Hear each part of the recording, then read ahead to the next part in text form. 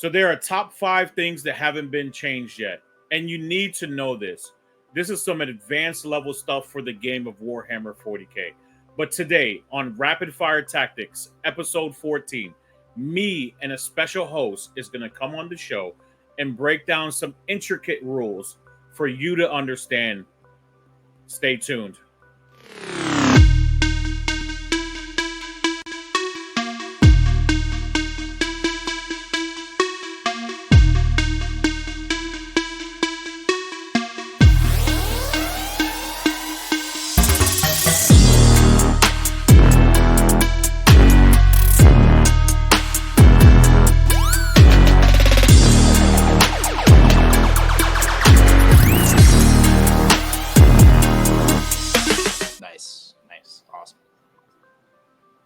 What's going on, brother? All right, so this is our special host for the show on Rapid Fire Tactics.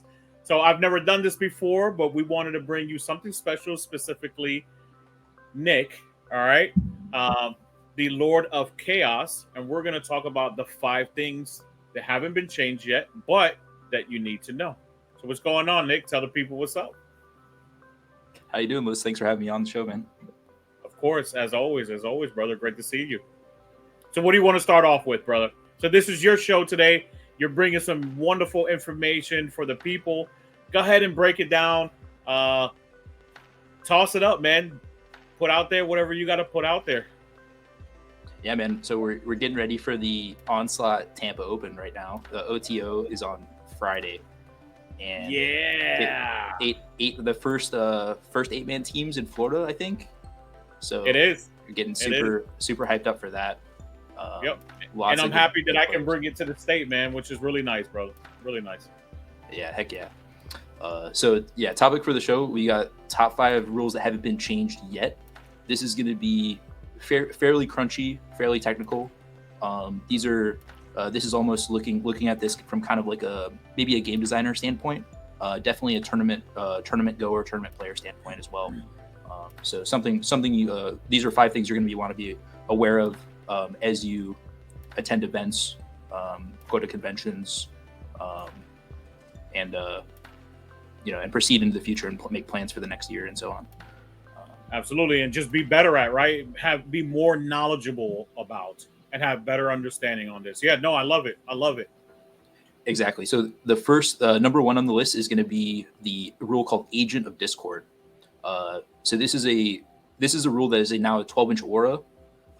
That will make each enemy stratagem used within 12 of your Agent of Discord cost 1 more.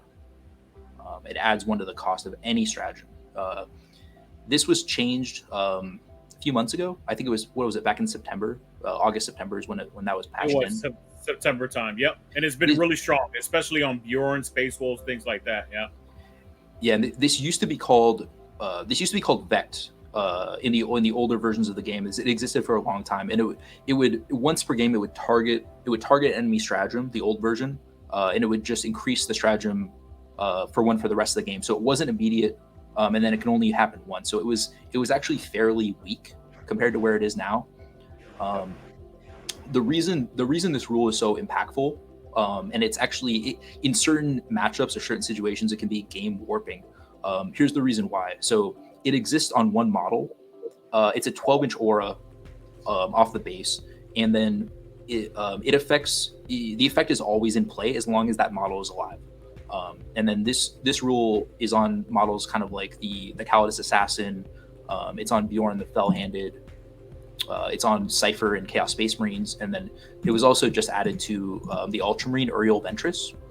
So they've actually been adding this more and more into the game. I think there's also a Drakari model that has it. That's actually where the term Vect comes from. It was originally a Drakari ability. So there's, I believe the stratagem in 8th edition. Right. Yeah. That's where the term comes from. Vect is gone, but now it's just called Agent of Discord is what you're looking for. But people still call it Vect. But yeah. Yeah. So going into the crunch of why this is so important. Stratagems are often reactive, such as there's Overwatch, there's reaction moves, there's heroic intervention. There's all these very powerful. There's even I guess Rapid Ingress actually doesn't count here because it targets something that's off the table. But this especially matters for Overwatch, because what this means is that let's say it's your turn, your opponent only has 1 CP, right? Because they got one when they started this your turn. What can happen is if you walk your Vect into the enemy, let's say they have 10 Rubric Marines and they only have 1 CP. As soon as that Vect moves up within 12, it doesn't matter if you're in line of sight or not. It would now cost 2 when they go to declare the Overwatch. And if they only have 1, they just can't Overwatch. So you just by moving into range, you've stopped their option to Overwatch with that unit. So this can also have a huge effect in the game for things like combat stratagems. A big one would be the interrupt. Interrupt is combat interrupt is notoriously pricey at 2 CP. If you have access to a Vect somewhere in your army, I think this would matter a lot for Space Wolves. Space Wolves have Bjorn the Fell-Handed, which is actually very hard to kill Dreadnought. That Dreadnought means if you go to interact with the Space Wolves combat line, Heroic is, as long as Bjorn is still alive, which he probably is because he's one of the toughest models in their whole army, the interrupt will cost 3 against the Space Wolves, which is, I think it's a price that is not that most armies are just not willing to pay, or they just can't budget for it. And that's very, very powerful. Just think of a combat army that can just turn off the enemy interrupt. It's huge. And the biggest one in the balance update that we just got last week, right, is that Ultramarines are super good now, and they have the ability to bring it on three different ways in their army, right? So it's super strong. They get to Vect just about everything. So watch out for that, everyone. If you're playing against Ultramarines, your CP is going to be taxed like never before. So another possible application for this is Deep Strikers. So Deep Strikes come down within 9, and then a common play that people like to do is you'll make a 9-inch charge out of Deep Strike, and then it's very likely you'll need to re-roll the charge in order to make it. Well, if you're trying to do this on a Vect, it's going to cost 2. So if they even have the 2, it makes it really, really taxing to try to make that sort of play. It can really, really lock them down, and it creates like I think the term I have for it is it's like an area of control, or it creates like a lockdown situation where it's like if you come into this essentially 24-25-inch zone bubble, then you're not going to be able to use your stratagems, and you're going to get basically locked down, not be able to use your abilities. It's called trolling, and pay that troll before you cross that bridge. That's literally what it's called. Do orcs speaking of trolls, do orcs have a Vect ability? They do not. That would be funny if Snekrot had it. But they definitely suffer from it. Very, very, very bad. Absolutely. There's a lot of abilities like +1 to wound. Warhorde has the ability to do critical hits on 5, so that's going to cost 2 CP now. So you could really knock down the efficiency of orcs in obviously every single army in the game, right? Yeah, so this is big. So Ultramarines, Space Wolves, if you see Calidus Assassin, it's going to have this as well. So especially Marines, you'll see this. And I think that pretty much wraps it up. This is something that's, I think, because of how strong it is, specifically against combat armies, this really can hurt combat armies a lot. And it creates this kind of like have and have not situation where it's really hard to engage the combat army that has this ability. So I think this is probably a prime candidate for somebody that they'll change in the future. I agree. The next one up. And moving on to number 2, this is a pretty notorious one that people are talking about this a lot right now. This is the 3-inch Deep Strike ability. So two units that have this. One is brand new. It's the Imperial Guard Tempestus Aculons have it, which is a 10-man guard unit with a 3-inch Deep Strike. Sure. I think it's a 90-point unit. No problem. Definitely balanced. The classic unit that has this, though, you'll see stratagems. So Grey Knights have the stratagem for 3-inch Deep Strike, and then the Hypercrypt also has the stratagem for 3-inch Deep Strike. So it typically happens on a stratagem, and then there's 2 other units with abilities that I know of that have it: the Calexis Assassin in Imperial Agents, and then the Space Marine Inceptors have it built in. So This has been a very strong, very tricky ability. It came out, I believe this ability came out in 10th edition right at the start in the index, and we're seeing a little bit more and more. We've seen the ability added to the Colexis, and then we've just seen it now with the release of the Tempestus Aquilons. And with the Aquilons, you're especially seeing up to 30 models. So you can see 3x10 Aquilons that all have this ability, and it represents a lot of the board that can be blocked up, jammed up, screened, and so on with these models. The reason this is really worth mentioning is this 3-inch deep strike ability or stratagem can be used in conjunction with rapid ingress. Stratagem not so much because the timing doesn't match, but the ability for example, on the Aquilons or the Inceptors, that can be used in combination with rapid ingress on the opponent's turn, right. which can create a very difficult conundrum where you get locked out, you get charge blocked, move blocked, or lose your objective potentially on your own turn, which can be incredibly frustrating or difficult to play against. I agree. Definitely something to be aware of. It's a big piece a lot of people are using right now in the game, right? In the new meta especially. So I know a lot of people are buying into the new kill team that has them, right? So Yep. I guess they up the price and they up the rules power as well. It's a pretty expensive box. I think it's like $220. Yeah, but people are just dividing it up, right, and just getting it for half off or eBay. So people are figuring out a way. Absolutely. When people want to win a Warhammer 40K, they're going to buy. They're going to spend that money until it gets nerfed. Yeah, but no nerf coming in soon. That's something to be aware of. If you play against Imperial Guard, especially in this patch, Imperial Guard are going to be one of the top armies, definitely in the upper tier. If you see the Aquilons, definitely be aware that they have 3-inch deep strike, because it's truly not something you can screen against. There's very few things in the game that can stop it, like an infiltrator ability on Space Marines. There's not much else out there that can really stop a 3-inch deep strike. Very, very hard to interact with. Yep. All right. On to number 3. So for number 3 is a little bit more general. This is going to be the end of game, bottom of round, or the end of game scoring advantage. So this refers to like when you go second and you're the second player on certain missions such as Purge the Foe, Ritual, and so on. Having end of game scoring for your secondaries and your primary mission, it gives you a scoring advantage because you know that when you take that last turn, your opponent will have no response. You get the final say.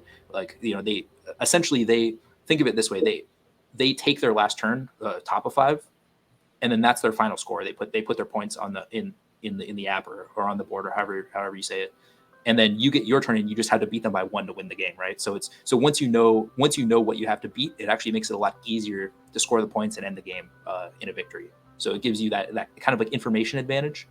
In addition to some of the missions will heavily advantage the second player, such as Purge the Foe. It's that last Hail Mary, right, for you sports enthusiasts. You get the ability to basically get the last points to make sure you secure a victory, right? So even though that they change secret missions, even though they change a few secondaries where you can't score 23 points anymore at the end of the game, you can still score take and hold 15.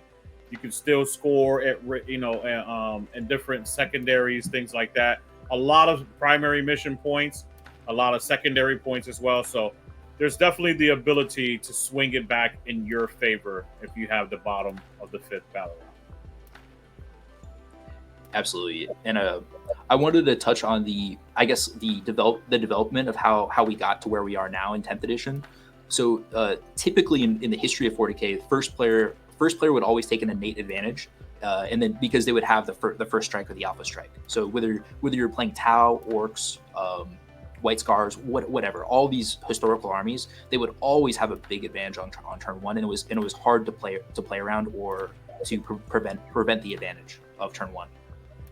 They've had various rules in the past, like I think it was called Steal the Initiative and so on. There was all these. They came up with all these rules. Most of them were honestly kind of half baked that didn't really fix the problem at all. That to try to reduce the first turn player advantage.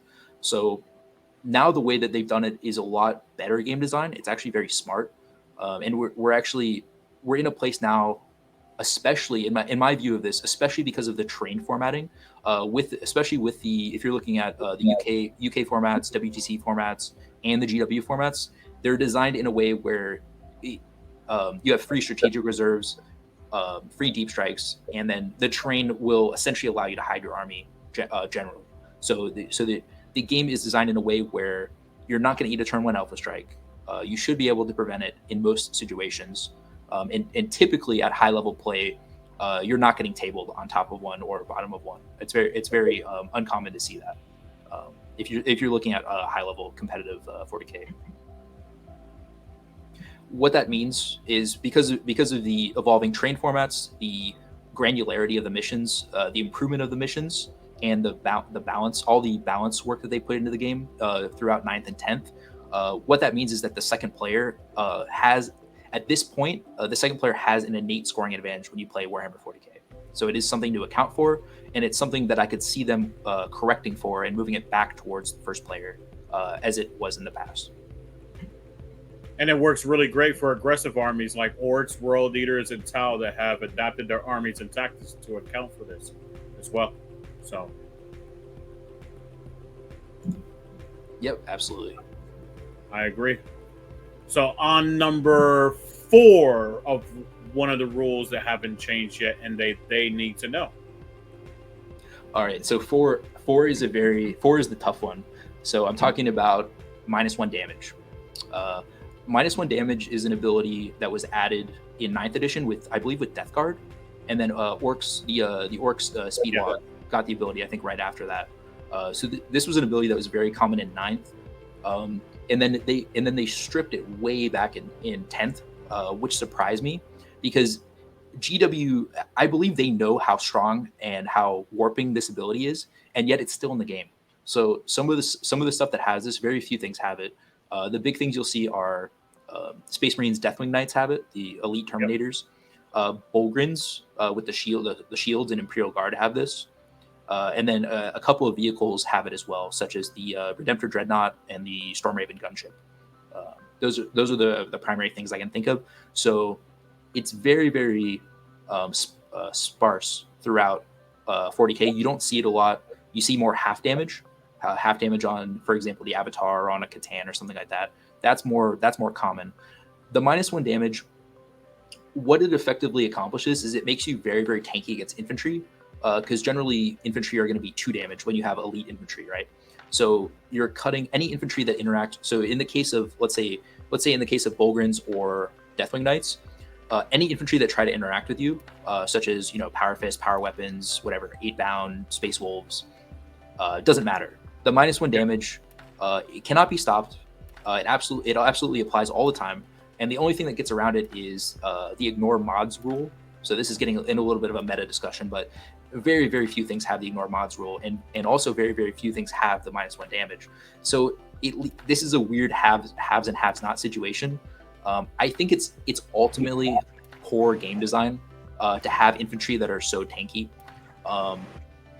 and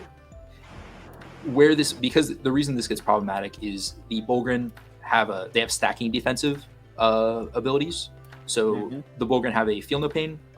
They have the -1 damage, and then they're going to have a 4-up invuln from the specialized shields that they have. And I think they're T5 or T6 with 3 wounds as well. So they're already tanky, and you can make them tankier. You can give them take cover, which gives them improvement to the armor save. There's all these stacking defensive buffs that apply with the -1 damage, and then you see the exact same thing with the Deathwing Knights. So you got your 4-up invuln, 4 wounds. You got your Watcher in the Dark, Armor of Contempt. You could even take like a Ravenwing Dark Shroud and give them stealth. It's stealth and cover. There's all these. You can stack up like 5 or 6 buffs on this one Deathwing Knight unit, which it makes it so they're functionally unkillable for many enemies. I've seen Deathwing Knight units. I play Dark Angels. I've seen the Deathwing Knight units tank whatever 600 points of shooting, 800 points of shooting, upwards of they could actually eat 1,000 to 1,200 points of shooting from a Tau army, and the unit will survive. It'll still have 1 or 2 models alive, and that is really the effect when you get when you combine this -1 damage ability stacking with other things. I think it's a little too much. I think the game is going to be in a better, healthier spot without -1 damage on these infantry, and maybe just save it for dreadnoughts, save it for vehicles, save it for whatever your Tyranno effects, whatever it might be. Monsters and things like that. Yep. Right, because it doesn't logically make sense for infantry to be so tanky versus other infantry. It creates a really bad feel. It creates a feels bad sort of scenario. So I expect that to be changed in maybe next edition. Hopefully not that long, but hopefully in the next 6 to 12 months they've addressed that problem. Well, just like the mega knobs with the 4-up feel no pain, they really nerfed them to the ground, and they barely touched the Bullgrin. I'm really wondering how the feel no pain with no invul and no -1 damage can be so much worse than a 4-up invul, AOC, and feel no pain and -1 damage. Mathematically, just doesn't make sense. That unit of Bullgrins is definitely more resilient than that. But that's my complaint for today, and G-Dubs needs to fix that. Yep, I agree 100%. And they were definitely heavy-handed in their nerfs with those mega knobs, because they just hit him with the double nerf, So they in this patch they've increased the points substantially on the Bullgrins. So I think they're 37 points per model now, something like that. Yeah, they're around 37 each, which is quite a bit. And then Deathwing Knights are now 50 points per model, so they're the most expensive Terminator. Probably even more than Custodes. I don't know. They're real expensive. They're close. They're up there though. Yeah. And you'll still play. Yeah, and you'll still play them, just like we said, because the Bullgrin can still be played at 37, no problem, because just about how tanky they are. That rule is actually that good. Think of it, it's an infantry that will just bounce any other infantry, and there's not really any substitute for that. So I agree. And then what's the final thing that they should know, and the thing that hasn't changed yet? Number 5. All right. So this is one of my favorite topics, the secondaries. So you've got your we're in Pariah Nexus. You've got your tacticals and your fixed. So they want you to think that there's an option, but really there's not. You just play tactical. because fixed, bring it down. They basically threw it out. It's worthless now. Assassination is still there, but with all the nerfs, with all the buffs that tactical has received, the big thing is that they fixed the cycling and scoring mechanics. They've added cards to the deck. They made the cards score in a more fair and a more granular way. Generally, this deck that we have now is a vast improvement over Leviathan, and they actually just came out with an errata for some of the cards 2 weeks ago that makes it even better and more balanced and more fair. Tacticals are fantastic, and the reason especially why they're so good right now is you can still score your 30-40 points, and you can actually cycle. You can spend a CP and cycle a card every turn, which means as you progress through the game, you can see up to 15 cards out of the 18, which is it's a higher percentage than what you used to be able to see, which means that if you're an army that has the CP to throw away, has the CP to burn, and has the models to engage on all fronts, to deploy homers and expand throughout the table, such as your Drukhari, Eldari, fast armies like that, it can really benefit your scoring and your ability to cycle and get your cards, get your points. So tacticals are vastly improved, better than ever, and fixed is basically just out. You can build for fixed still, but there's very few situations where I'd recommend it. The main problem with it, so fixed will still score you points. The main problem that I have with it is that when you declare fixed, your opponent knows exactly what your avenue is for scoring your secondaries, and consequently they know what your action needs to be to win the game. So you're immediately giving them a read and that's one of the worst things you can do when you're playing Warhammer. You really don't want to give your opponent a read. You want to be able to flip the cards, cycle the cards, and adapt to what the cards say, right? So fixed is unfortunately not adaptable, and it can be very easy to screen and stop the scoring from it. 95% of the time. The one time that this actually was against me using tactical, right, and was not in my benefit, I could have went fixed, is where I scored 80 points, and you were actually at this event with me, against a army that had full Grey Knights. He had 6 Grandmaster Dreads. He had 6 Nemesis Dreads. He had 3 Grandmaster Dreads, 3 Nemesis Dreads, and then he had Canis Rex. I scored 80 with tactical. If I would have went fixed and knowing that I was going to table him, I would have actually scored 98 with assassinate and bring it down. But you have to know you're going to table your opponent. Absolutely, yeah. And I've maxed fixed in 10th edition as well, but only with the knowledge that I'm playing against knights and I will table them. So that's exactly, and that's a hard. It's a long shot. Yeah, it really is a long shot because going into the game before before deployment, saying that you're going to table them, that's a long shot. It's very difficult. It's very difficult to say that and accomplish that. Lots of arrogance. Yeah, no, absolutely, absolutely. I guess, and what that leads into. So tactical, just as a general suggestion, tactical is better. It is. But the cycling mechanic. So now in Prime Nexus we have the card cycling mechanic, which is massive. You want to do that as often as you can or as often as you want to. What this means, so this is something that I think will be changed. There are characters in Warhammer that will generate you CP points. So Abaddon does this. Imhotep the Stormlord does it. Azrael and Dark Angels does it. There's a number of characters that will, or Lord Solar does it as well. He's really good. There's all there's very strong characters that you take anyway, and they just give you a CP automatically. What this means is that gives you a scoring advantage because you can just spend that CP that they give you, you just spend it to cycle every turn, and it just increases your points. So basically that character, not only are they good at fighting and surviving and supporting your army, they just give you free points basically. So that creates a little bit of a situation where the armies that don't have this, like World Eaters, there's a number of armies. I think GSC doesn't have it. World Eaters don't have it. T-Suns don't have it. They definitely can suffer in aspects of scoring just because they don't have the free CP. So it's very noticeable, especially if you're going to play against your guard with your Lord Solar or your CSM with your Abaddon or against your Azrael. You'll notice that they're going to be able to see those 14 or 15 cards throughout the game, and you only saw 9 or 10, or 10, I guess 10. 10 is or 10 or 11. Either way, just seeing an extra 3 or 4 cards because you played a special character is a huge advantage. That's easily an extra 5 to 10 points or more, depending on, as long as you're able to adapt and play into it. That is something I foresee being changed, hopefully in the next, like we said, 6 to 12 months, because it unfortunately does create a haves and have-not situation with the armies. I agree. No, thank you very much for everything you presented to everybody.